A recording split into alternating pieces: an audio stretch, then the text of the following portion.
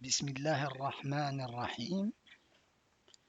Je continue donc par faire le rappel du cours, le rappel très résumé du cours. Donc je suis au chapitre 2 maintenant. Donc le chapitre 2, on commence par la cinématique.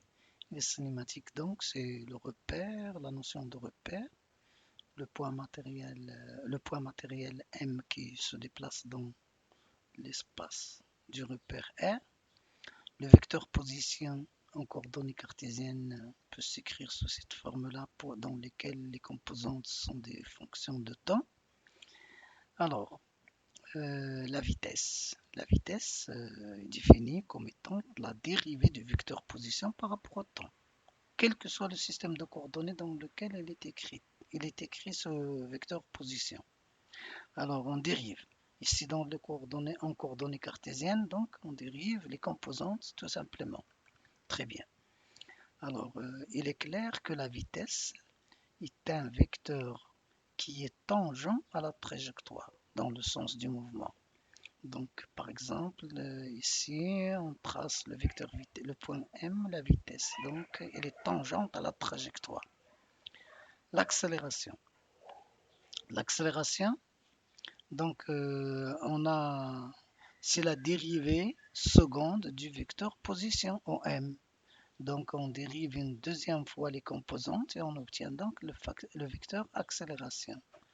Il est clair que la norme de la vitesse, c'est la racine carrée de de la somme du carré de ses composantes. Et la norme de l'accélération, la même chose, c'est la somme des carrés de ses composantes. Bien, donc ceci est fait pour les coordonnées cartésiennes, mais on peut faire la même chose dans tous les systèmes de coordonnées. Bien. Alors, l'équation horaire. L'équation horaire, elle est dite aussi équation paramétrique relativement en considérant t comme étant un paramètre quelconque. Alors, l'équation horaire, c'est l'équation qui relie les différentes composantes du vecteur position au paramètre temps. Donc, en coordonnées cartésiennes, l'équation horaire, c'est cette forme-là, c'est-à-dire x de t égale ainsi de suite. En coordonnées cylindriques, je prends donc les coordonnées cylindriques en fonction du temps. En coordonnées sphériques, la même chose. Il est clair qu'un exemple d'équation horaire serait celui-ci, dans lequel ρ de t égale a exponentielle oméga t et phi de t égale oméga t et z de t égale 2, par exemple. C'est une équation horaire du mouvement en coordonnées cylindriques. Alors, l'abscisse curviligne. L'abscisse curviligne S de t, c'est une grandeur physique qui représente donc la loi du mouvement. Alors, la loi horaire du mouvement, c'est la distance, ce n'est pas la distance, c'est le chemin parcouru par le point M sur la trajectoire à partir d'une certaine référence notée M0. Donc, S, c'est à partir de M0 jusqu'à M, cette longueur parcourue, c'est S de t. Alors, il est clair que d de S est égal à V dt, donc est égal à la racine carrée de ceci, parce que V c'est la norme de V. Quand je multiplie par dt, donc je dois faire rentrer le dt à l'intérieur et j'obtiens donc cette expression-là. Donc, la vitesse, la norme de la vitesse est égale à d de S sur dt. Bien. Donc, pour calculer S, on doit on doit trouver la norme de la vitesse et l'intégrer par rapport au temps et obtenir donc l'abscisse curviligne S de t. Remarquons que l'accélération d'un point, l'accélération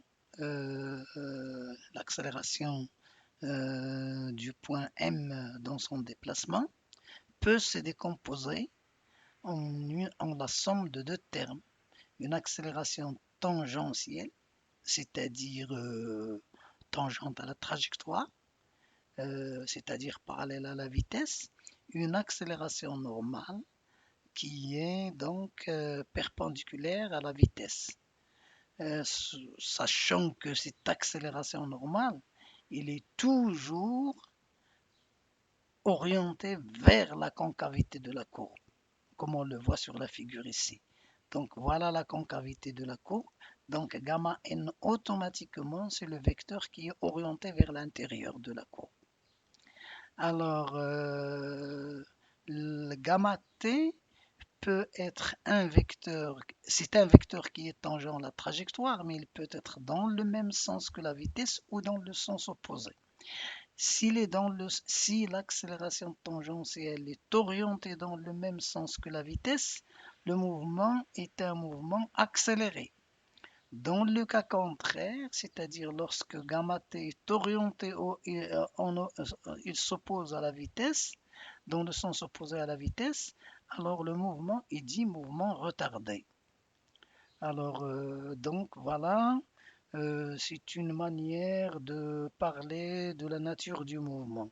Si le produit scalaire de l'accélération avec la vitesse est positif, alors le mouvement est accéléré. S'il est négatif, alors le mouvement est retardé. Bon, ceci, on le voit à partir de ce schéma. Exemple. Alors, l'exemple, c'est considérant un référentiel R, un point M qui se déplace dans ce référentiel.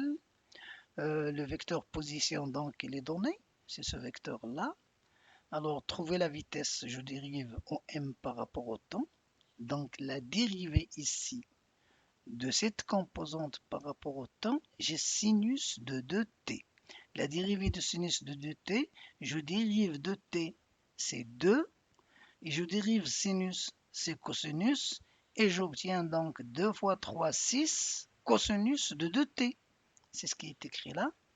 La dérivée de ce terme, c'est 2 fois 3, 6t, j, plus la dérivée de cette fonction-là de temps, c'est 1, donc plus k.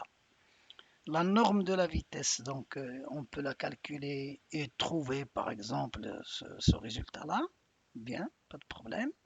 Et l'accélération, je dérive la vitesse par rapport au temps. Donc c'est ici la dérivée de cosinus, c'est moins sinus. Donc 6 fois 2, parce que je dérive de t. Donc ça, il va me donner donc moins 12 sinus de 2t, suivant i, plus 6j, parce que la dérivée de 6t, c'est 6. Et là, c'est 1, donc sa dérivée égale 0. Donc l'accélération, il est égal à cette expression-là. Donc la norme, c'est ce résultat-là. Très bien. Donc voilà, pour trouver la vitesse, on donne le vecteur position, on demande de calculer la vitesse, la norme de la vitesse, l'accélération et la norme de l'accélération. Ces calculs-là, normalement, vous devez vous y habituer et savoir les faire en vitesse, bien sûr. Bien. Alors, en coordonnées polaires, quand on va utiliser les coordonnées, un autre système de coordonnées autre que cartésien, ce sera donc les coordonnées polaires. Les coordonnées polaires, on les utilise quand le mouvement se passe dans un plan. Alors, on prend le plan euro phi comme étant le plan du mouvement et k, c'est le vecteur perpendiculaire au plan du mouvement. Alors, donc la base du calcul, c'est euro phi, sachant que z est égal à 0 ou il est égal à constante, mais de toute façon, c'est 0.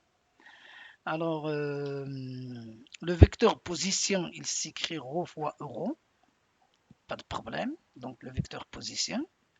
Alors, v, la vitesse de m, c'est la dérivée de ce vecteur position par rapport au temps. Donc, je dérive tout d'abord ρ, c'est ρ point, fois euro. Puis, je dérive euro par rapport au temps. Donc, plus ρ fois phi point phi. Très bien. et l'accélération. Donc, il est clair qu'il faudrait dériver cette quantité-là par rapport au temps. On obtient donc ce résultat, sachant que lorsque je dérive E phi, par rapport au temps, c'est moins phi point euro. Et quand je dérive euro par rapport au temps, c'est phi point E phi. Alors, vous obtenez ce résultat-là. Bien. Quelques mouvements particuliers. Alors, les mouvements particuliers, il y a le mouvement rectiligne. Rectiligne, ça veut dire trajectoire droite. Dans l'équation, c'est cette équation-là. Alors, le mouvement rectiligne peut se trouver en deux formes. Rectiligne uniforme ou bien rectiligne non uniforme, ou bien il est divarié aussi. Alors, rectiligne varié ou bien rectiligne uniforme. Rectiligne uniforme, c'est lorsque la vitesse est constante. Et rectiligne varié, c'est lorsque la vitesse n'est pas constante, que ce soit en norme ou là en vecteur, parce que le mouvement est rectiligne. Alors, un exemple. Je prends par exemple un point M qui se déplace sur une droite et je prends cette droite, c'est OX par exemple. Je peux la prendre OY ou OZ, c'est la même chose, ou bien de direction U. Alors si la droite sur laquelle se déplace le point M, je la prends, c'est OX, donc la vitesse, automatiquement, si le mouvement est rectiligne uniforme, dans le cas où la vitesse est une constante, elle est égale à V0, c'est-à-dire qu'elle est égale à V0 fois I, où V0 est une constante réelle, alors le mouvement, la loi du mouvement, c'est OM, donc la vitesse est égale à cette expression, donc OM est égal à l'intégrale de V0 dt suivant I. Et l'intégrale de V0 dt suivant I, c'est x0 plus V0t I. Bon, j'ai mis ça, mais de toute façon, ce sera V0 facteur de t, donc d'un instant V0t, j'ajoute la constante ici, V0. Alors, donc V0t suivant I. Alors, le mouvement est donc rectiligne uniforme. Le mouvement est donc rectiligne uniforme. Alors, si la vitesse est égale à 2 moins t suivant I, c'est-à-dire toujours le point M se déplace sur l'axe des X, et que cette vitesse, on voit donc que cette vitesse n'est plus constante, ici c'est V0I, et là c'est 2 moins t I. Donc je dois intégrer 2 moins t I par rapport au temps et obtenir la loi du mouvement OM. On obtient alors, quand j'intègre ceci, je vais obtenir 2 fois t moins t au carré sur 2, c'est ce qu'on a là, plus la constante d'intégration x0 suivant i. Le mouvement ici est rectiligne varié ou la non uniforme. Bien. Alors, un mouvement très important, c'est celui dit circulaire, mouvement circulaire. Un mouvement circulaire, c'est lorsque la trajectoire est un cercle de rayon donné. Alors, le rayon ici, il est noté R. Et donc, on va écrire le vecteur position. C'est très simple. Donc, le vecteur position en coordonnées polaires, c'est R fois ER. Et le vecteur position en coordonnées cartésiennes, donc, c'est la composante X. Il est égal à R fois cosinus de phi, suivant I. C'est ce qu'on a là. R cosinus de phi I. Plus R sinus de phi J, suivant la composante selon Y. Donc c'est ceci, c'est le vecteur position en coordonnées cartésiennes. Alors, sachant bien sûr que R est c'est le rayon, donc il est positif, et que phi est une fonction du temps. R est une constante parce que le mouvement est circulaire et phi est variable, donc la seule coordonnée polaire variable, c'est phi de t, mésienne. D'où on calcule donc la vitesse. La vitesse, c'est la dérivée du vecteur position. Donc je peux la calculer en coordonnées suivant la base cartésienne, et j'obtiens donc ce résultat. Je dérive les composantes et j'obtiens donc ce résultat. Je peux la calculer directement à partir du coordonnées polaires. Je dérive donc OM, donc c'est R fois la dérivée de ρ. La dérivée de ρ, c'est phi point E phi. Donc la vitesse s'écrit en coordonnées polaires sous cette forme et dans la base cartésienne sous cette forme-là. Bien. Il est clair que la vitesse est perpendiculaire à OM parce que OM, il est suivant ρ et la vitesse, il est suivant E phi. Donc ces deux vecteurs sont perpendiculaires parce que la base c'est ρ E phi et ρ est perpendiculaire à E phi. Très bien. La norme de la vitesse, il est très simple de la calculer à partir de cette expression-là. Donc c'est R module de phi point. Donc c'est la norme de la vitesse. Bien. Alors le tracé de la trajectoire, c'est les circulaires de rayon R. Le point M à un instant donné, il fait l'angle phi avec l'axe OX. La vitesse, il est en rouge et c'est les tangentes à la trajectoire dans le sens du mouvement. On admet que le mouvement se fait dans le sens trigonométrique. L'accélération, ici on a mis une accélération dans ce sens pour dire que le mouvement est accéléré, mais on peut la tracer dans l'autre sens et ce serait un mouvement retardé. L'accélération normale, on est obligé il y a toujours une accélération normale dans le mouvement circulaire. Dans tout mouvement qui n'est pas rectiligne, on a toujours une accélération normale gamma n qui est orientée à l'intérieur de la concavité de la courbe. Bien. Dans le cas, donc j'ai deux accélérations, l'accélération tangentielle et l'accélération normale, qui donnent une accélération qu'on voit dans ce schéma-là. Donc gamma n plus gamma t donne l'accélération gamma qui a cette orientation. Donc il est à l'intérieur de la concavité. Il a deux composantes tangentielles et normales. Il peut être dans le sens inverse si gamma t est opposé à la vitesse. L'accélération va être dans ce sens-là. Bien.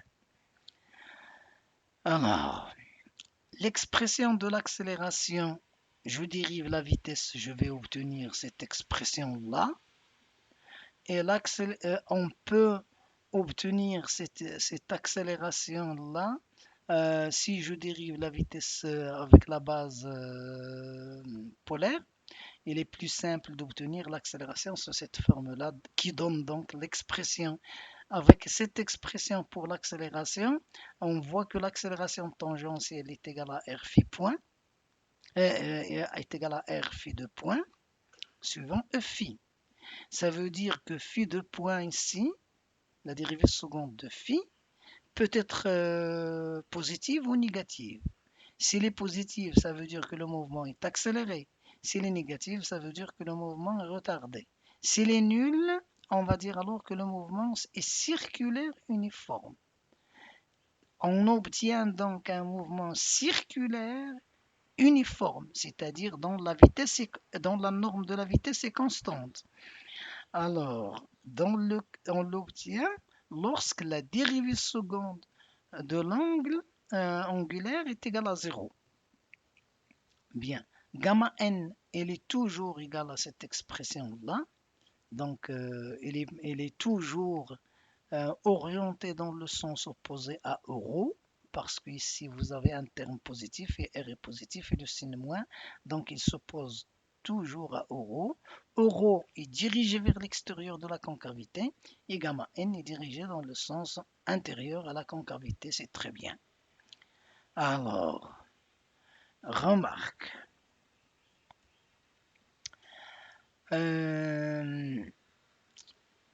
Bien, sachant que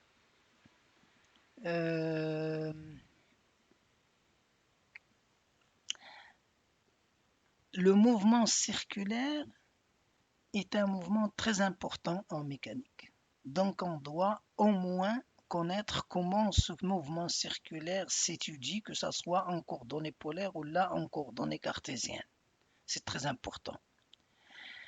Il est clair aussi que si on pose petit oméga est égal à phi point k, alors k bien sûr c'est le vecteur unitaire de direction au z qui est perpendiculaire au plan du mouvement ici, qui est circulaire. Alors donc la vitesse est égale à oméga vectoriel au m est égal au produit vectoriel de phi point k avec le vecteur OM est égal donc à R phi point K vectoriel euro parce que OM est égal à R euro. Donc on obtient ce résultat. Si θ point, alors ici donc je me suis trompé, j'ai laissé θ point, ça doit être phi point. Alors si phi point ici est égal à oméga, si phi point est égal à une constante oméga, c'est-à-dire le mouvement est circulaire uniforme, parce que phi de point est égal à 0, parce que phi point est une constante, donc phi de point égale 0. Alors, si phi point est une constante, alors l'accélération gamma est égale à cette expression et on obtient donc ceci, qui est donc l'accélération tangentielle, qui est donc l'accélération normale. C'est-à-dire que l'accélération tangentielle est égale à 0. Alors ce mouvement est dit circulaire uniforme. Vous avez l'accélération qui est centripète. Il n'y a pas d'accélération tangentielle. C'est le mouvement circulaire uniforme. Bien. Dans un mouvement où la vitesse, dans un mouvement circulaire à vitesse constante en norme, l'accélération n'est pas nulle. C'est une accélération normale. Bien, je vous remercie. Wassalamu alaikum.